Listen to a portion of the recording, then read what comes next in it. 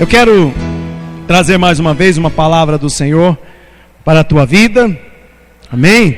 Por isso eu convido você a abrir a sua Bíblia, amém? Glória a Deus. Vamos lá no livro de Êxodo. Livro de Êxodo, no capítulo 14.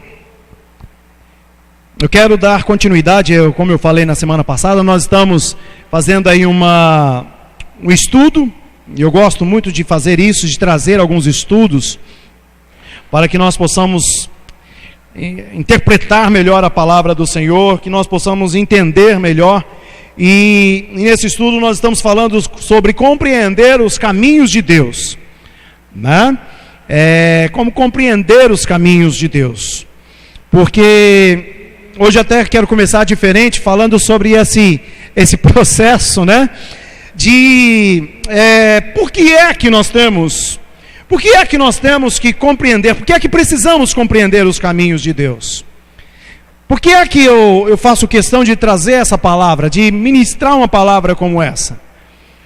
Não é porque nós somos burros, mas porque a verdade é que o homem natural, lá em 1 Coríntios, abre aí a sua Bíblia, 1 Coríntios capítulo 2, olha que coisa interessante. 1 Coríntios capítulo 2, o verso 14, ele diz assim, ora, o homem natural não aceita as coisas do Espírito de Deus, porque para ele são loucura, e não pode entendê-las, porque elas se discernem espiritualmente. Então, primeira coisa que o meu propósito, o meu objetivo de trazer uma palavra como essa, é que muitas vezes as pessoas, e nós muitas vezes, que ainda estamos nesse intermédio do estado natural para o estado espiritual, não conseguimos entender, e muita gente às vezes se perde na caminhada porque não consegue entender esse princípio do agir de Deus, né, no que Deus está fazendo. Lá em Isaías capítulo 55, vamos lá, Isaías, abre aí a sua Bíblia, vamos fazer exercício, amém?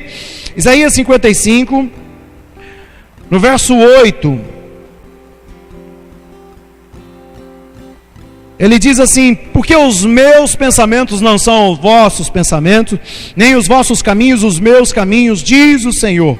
Porque assim como o céu é mais alto do que a terra, assim são os meus caminhos mais altos do que os vossos caminhos, e os meus pensamentos mais altos do que os vossos pensamentos.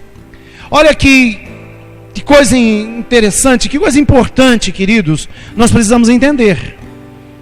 Precisamos parar para observar que há muitas coisas que, se você não parar para buscar entender, discernir espiritualmente, você não vai conseguir entender, e você vai se perder, e você vai perder a sua bênção. O que me faz vir com esse estudo, e o que me faz pensar dessa forma, o que me faz trazer esse estudo, é exatamente porque essa semana, nesses dias, eu tenho ouvido falar de um camarada chamado Stephen Hawking, né? Um cientista que morreu agora há poucos dias, né? E eu coloquei aqui exatamente essa frase que diz assim: por que é que nós precisamos conhecer o caminho de Deus, compreender os caminhos de Deus? Porque para o homem natural é mais fácil acreditar em um cientista que morre completamente atrofiado, dizendo que existe outro planeta habitável, do que acreditar em um Deus criador que já preparou uma eternidade para aqueles que o adoram. Isso é um fato que está acontecendo nesses dias, né? E eu coloquei Stephen Hawking versus Deus, porque eu assisto muito reportagens a respeito disso, e vendo exatamente que foi descoberto há algum tempo atrás um planeta chamado como é que é o nome do planeta que me fugiu agora? É alguma coisa B, me fugiu o nome do planeta agora, eu devia ter anotado ele aqui, né? E esse planeta, ele está a 4.000 anos-luz da Terra. e que se supõe que seja um planeta igual à Terra. E que o homem está buscando então alguma forma de achar outro meio de viver fora dessa terra, porque sabe que essa terra vai acabar. Só que para chegar lá, e aí eles fazendo uma reportagem sobre isso, mostrando que os combustíveis que existem hoje não são capazes de levar o homem a esse lugar, então já estão procurando desenvolver um combustível feito de plasma, e que esse combustível é um combustível muito mais veloz do que o melhor combustível que nós temos hoje, e que usando esse combustível se levaria 2000 anos para chegar nesse planeta. Aí quando eu escutei isso, eu sorri, eu falei, oh, que legal, tchau, obrigado, até logo, porque não vai servir para mim, e não vai servir para o meu filho, não vai servir para o meu neto, para o meu bisneto, para o meu tetraneto, não vai servir para uma grande parte da minha geração. Então, querido, que descoberta linda é essa? Que coisa maravilhosa é essa dessa ciência? Não que eu não gosto, pelo contrário, é exatamente o que eu fico buscando. E eu busco exatamente estudar sobre o que está acontecendo. Estudei psicologia. Dentro da psicologia eu fui descobrir por que é que a lei, a teoria da evolução, ela se sobrepôs à teoria da criação. Porque houve uma conferência em determinada época, há muitos anos atrás, em que se foi colocado, Darwin então ele traz a teoria da evolução, e eles pegaram um homem lá, um teólogo, e fizeram ali uma mesa redonda, e fizeram um debate, e aquele que vencesse, que conseguisse convencer qual era a melhor teoria, aquela teoria seria imposta. E assim foi feito, e pegaram lá então um teólogo, um cara sem expressão, uma pessoa sem entendimento, talvez até sem fé, não sei quem era esse camarada, e Darwin, ele vem com todos os estudos e com tudo aquilo que ele já havia feito, preparado, e traz aquela bagagem de ensinamento, e ali ele vence o debate, e a partir daquele momento, a teoria da evolução se torna então a teoria mais aceitável para o mundo, não para nós, porque o homem natural consegue entender as coisas que são naturais. Agora o homem espiritual, ele entende as coisas espirituais. Então e quando eu estava então estudando ali em psicologia, né, e a gente comentando sobre isso, estudando essa questão, eu achei muito interessante e comentei, inclusive, falei, gente, por que é que não é tão mais fácil acreditar que existe esse Deus que criou o homem e que criou todas as coisas e que criou essas coisas para se adaptarem ao meio que vivem?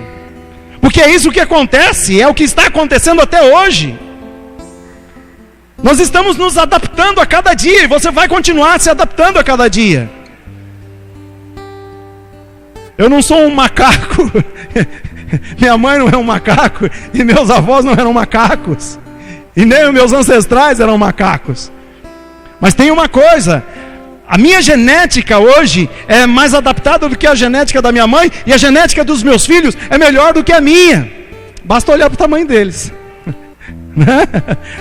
Hoje eu olho e falo, os bichos estão, né? Porque estão se adaptando a um novo meio, a um novo ambiente. Eles não estão evoluindo dentro dessa questão da teoria de evolução. Eles estão caminhando dentro de um processo onde eles precisam se sobrepor, onde eles vão estar preparados para as coisas que estão vindo. Eles estão recebendo uma alimentação melhor. E foi isso que eu coloquei, inclusive, como debate, né? Porque aí descobriram que tinha um passarinho que de determinado tempo ele desapareceu e apareceu de novo com uma outra forma. Eu falei, gente, por que não é tão fácil ver que esse passarinho ele se adaptou ao ambiente? Ele desenvolveu características que ele precisava desenvolver para poder sobreviver. Isso não tem nada a ver com evolução, de ser um bicho que se transforma em outro bicho, de ser algo que... E aí então me vem exatamente esse pensamento, porque apesar de achar muito inteligente, né, Stephen Hawking é um cara tremendamente inteligente. Não podemos negar isso. Cara que estudou muito, ele adquiriu inteligência, mas que dentro desse princípio, né, e eu estava exatamente fazendo esse comparativo, eu estou fazendo essa introdução porque é para entendermos a necessidade de compreender os caminhos de Deus, porque ele era ateu, apesar de ser muito inteligente, não tinha nada de sabedoria. Eu tenho falado muito sobre isso. Existe uma grande diferença de você ter inteligência e você ter sabedoria. Eu fiquei observando e tentando achar um comparativo do que é a sabedoria e do que é a inteligência. E me desculpe o comparativo, não quero tornar pejorativo, mas eu observei que a sabedoria e a inteligência poderiam ser comparados como duas mulheres. E a sabedoria é como uma esposa, como uma mulher que você conquista, porque é isso que a Bíblia fala e é isso que nós precisamos aprender. Quem quer sabedoria precisa conquistá-la. Sabedoria se conquista ao longo da vida, na caminhada, no dia a dia, nas experiências, nas lutas, às vezes nos fracassos, nas vitórias. Você vai conquistando sabedoria. Inteligência se adquire. Você estuda, você faz faculdade, você paga para poder adquirir a inteligência. Você se torna um cientista, porque você pagou para ser um cientista. Mas isso não quer dizer que isso faça de você alguém sábio. Não que você não tenha que adquirir inteligência. Eu coloquei bem isso aqui. É um comparativo um tanto pejorativo, mas que não se pode deixar de lado o adquirir a inteligência. Mas antes de tudo você precisa conquistar sabedoria. São duas coisas bem distintas. A gente às vezes tem, eu olho e às vezes você vê isso. Você vê pessoas que ela talvez não tenha tido tanta oportunidade de estudar, de adquirir a sabedoria, mas ela é tremendamente sábio. Eu conheci alguém assim, meu pai era alguém dessa forma. Camarada com uma sabedoria tremenda, mas que tinha estudado até o 2º ano do fundamental, mas que sabia coisas que poucos inteligentes sabiam. Sabia resolver situações que poucos inteligentes conseguiam resolver. Porque a sabedoria é dom de Deus. A inteligência foi dada para que o homem ele descobrisse. Mas a sabedoria é dom de Deus. E quando você olha lá em Provérbios, você começa a entender esse princípio da sabedoria. Até mesmo porque a palavra diz que o temor ao Senhor é o princípio da sabedoria. Então, começando por aí, eu quero trazer, já no meio dessa ministração, porque nós tivemos a primeira parte falando de compreender os caminhos de Deus. Quando nós falamos na semana passada de como que Deus às vezes nos conduz pelo caminho mais longo, como que muitas vezes Deus nos dirige por caminhos que nós não entendemos,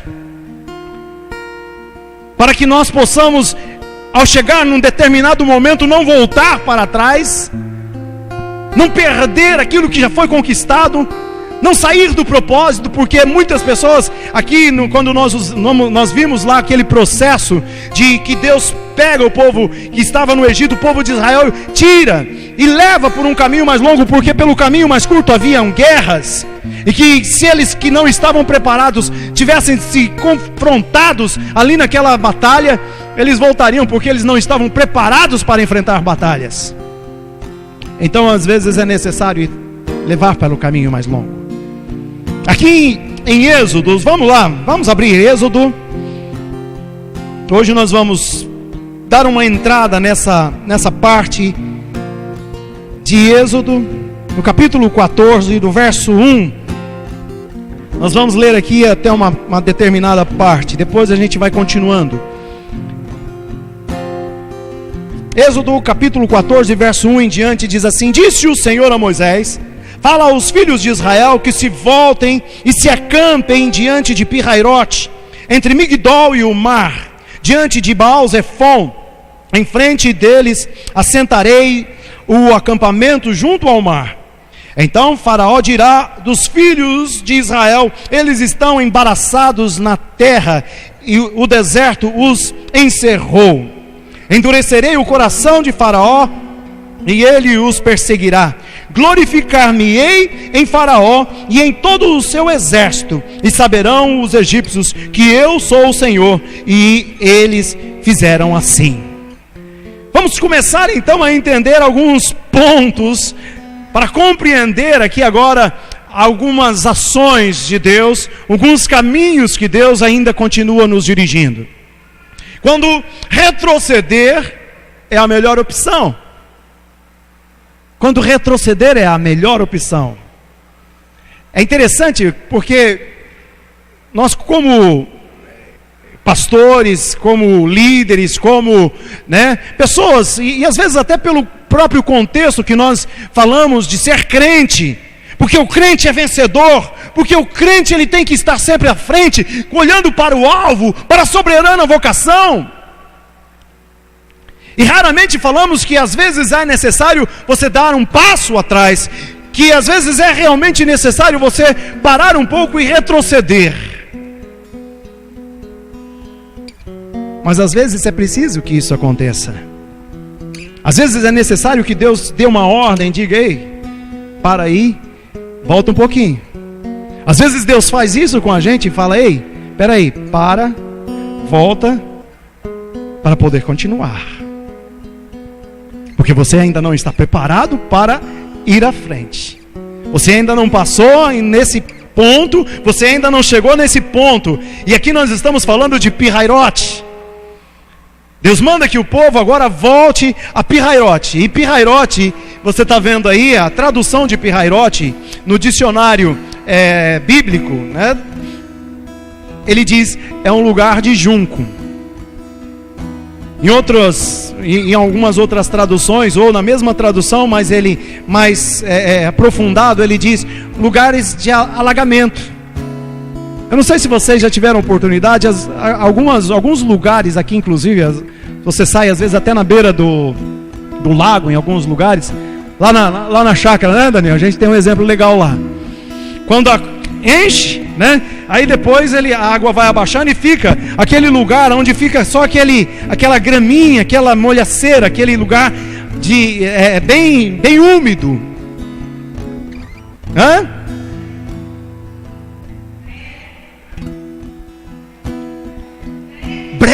Brejo, é isso mesmo. No brejo, vamos falar em português. No brejo. E Deus manda o povo ir para onde? Vai para o brejo. Fala para eles voltar para o brejo. Vamos colocar isso aqui. Mas é isso mesmo. E é tão interessante. Sabe, queridos, eu olho muito isso, esses contextos, eu procuro observar muito esses contextos dentro da palavra, porque aqui ele diz que esse lugar, Pi-Hairote, estava entre dois lugares. Ele faz menção a 3 lugares na realidade. Um que era Migdol, que a tradução de Migdol é torre, e o outro lugar que era o mar. Sabe o que significa isso? Eles estavam no intermediário, eles tinham que chegar agora em um ponto onde eles tinham uma torre e onde eles tinham um mar. E eles estavam de frente de Baal-Zefon, que Baal-Zefon também, a tradução de Baal-Zefon, que eu nem coloquei aqui, mas a tradução de Baal-Zefon quer dizer Senhor do inverno, da frieza. E esse é o lugar onde Deus agora coloca o povo que havia acabado de sair de uma escravidão e que precisava agora caminhar e conquistar promessas. Mas eles precisavam entender agora alguns princípios básicos dessa caminhada. E nós muitas vezes precisamos aprender alguns princípios básicos dessa caminhada. Você pode abrir aí a sua Bíblia lá em 1 Pedro, capítulo 5, vamos lá? 1 Pedro, capítulo 5, verso 6, a gente vai entender um pouco sobre esse princípio do começo da caminhada com o Senhor. 1 Pedro 5, verso 6, ele diz: humilhai-vos, pois, debaixo da potente mão de Deus, para que a seu tempo vos exalte. Está entendendo aí? Eu acho que é até um pouco diferente do que eu escuto muitas vezes, algumas pregações, onde as pessoas trazem uma palavra, porque agora você vai vir, e Deus vai fazer, e Deus vai te levar, e Deus vai fazer isso tudo. Mas antes disso tudo, Deus vai tratar. Antes de que Ele faça tudo aquilo que você espera que Ele faça, Ele vai tratar. É necessário passar pelo tempo de se humilhar diante de Deus, de estar na dependência de Deus, de estar em um lugar onde você fala: meu Pai. Porque muita gente, às vezes, o que acontece? Muita gente, às vezes, ela aceita Jesus por causa daquela pregação tremenda. Que delícia, que maravilha, que Deus bom, que Deus poderoso, que Deus que faz. Só que quando ela começa a caminhada, ela aceita Jesus e ela fala: agora acabou meus problemas, agora acabou, agora é só vitória, só vitória. E o primeiro passo que ela dá, ela pisa no brejo. Primeiro lugar onde ela começa a andar, ela vai para o brejo, vai para pirrairote. E aí ela começa a questionar Deus e diz: mas Deus, o pastor falou que o Senhor ia fazer isso, Deus. Aquela palavra profética disse que eu não ia mais ter problema, Deus, que eu não ia ter mais que viver nessa situação, Deus. Deus diz: ei, isso vai acontecer, mas primeiro você precisa aprender a ser tratado. Primeiro você precisa aprender a depender. Primeiro você precisa reconhecer quem é Senhor. Porque estando agora ali no lugar de junco, estando ali no brejo, estando ali agora no pirrairote, tendo Migdol, a torre e o mar. Primeiro, o que é o mar para mim? O que é o mar para você? Eu já tenho falado isso algumas vezes. Então, olhando para o mar, sem saber o que é que Deus está preparando, sem compreender os caminhos de Deus, fala: eu não vou descer para o mar, eu vou subir para a torre, eu vou para Migdol, ou então eu vou me curvar a Baal-Zephon, ao Senhor do inverno, a frieza, que é o que tem acontecido com muitas pessoas, que ao se converterem, que às vezes quando elas se convertem e começam a passar pelas lutas, e começam a passar pelas provas, e começam a passar e ver que, puxa vida, não está acontecendo aquela mágica que o pastor falou que ia acontecer, não está acontecendo. E ela começa a se esfriar, e ela começa a se curvar ao Senhor do inverno, ao Baal-Zephon, a frieza. E ela começa a se afastar de tudo e de todos, porque ela achava que, não, mas Deus agora vai fazer, e agora eu vou ajudar, e agora, ei, não, calma. É hora de estar no pirrairote. É hora de você estar no pirrairote. É hora de você aprender a estar agora na dependência de Deus. É hora de aprender a se humilhar. Humilhai-vos, pois, debaixo da potente e poderosa mão de Deus, para que no devido tempo Ele vos exalte. Existe um tempo de Ele exaltar. Você não vai ficar no pirrairote. Na realidade, o que Deus está fazendo é glorificar o nome dele na sua vida. Se Deus tem permitido muitas vezes nós passarmos pelo Pirairote, de nós termos que descer ao lugar do alagado, do brejo, lugar de junco, é para nos instruir e nos ensinar, para ver qual é a nossa posição de dependência e de fé, de saber para onde é que nós vamos ir, e de aprender a discernir qual é o caminho, porque nós sabemos qual era o caminho hoje. Mas eu pergunto em você, se você estivesse lá, para onde você iria? Será que pelo menos, porque a palavra diz que eles chegaram até a beira do mar e de repente Deus fala, agora volta. Volta para Pirairote. Retrocede um pouco. Quem é que está disposto a retroceder um pouco? A dar um passo atrás? Às vezes nós não queremos, às vezes é difícil. Ah, meu irmão, eu sei que não é fácil. Às vezes eu tenho que fazer isso. Nós passamos inclusive por um processo muito parecido com esse agora. Nós fizemos uma implantação do formato do GC agora, e para que esse formato fosse implantado agora, nós tivemos que dar um passo atrás, tivemos que desfazer. Nós tiramos a rede da família da quarta-feira, nós tiramos a rede de jovens do sábado. É como que tivesse que dar esse passo atrás para poder caminhar em rumo a um crescimento. Agora eu tenho uma convicção: quando nós sairmos do Pirairote, quando nós sairmos do brejo, nós vamos ver milagre de Deus, porque é o que Deus está preparando para a nossa vida. Se você está passando por uma situação parecida, querido, se você está passando por uma situação em que você não está entendendo, que parece que você está num atoleiro, né? Quem que já andou num atoleiro aí? Hã? Já andou no atoleiro? Quando você pisa e o pé afunda, você fala assim, agora? Não sai do lugar. Aí para você tirar o pé, você tem que forçar o outro. Aí você força o outro afunda.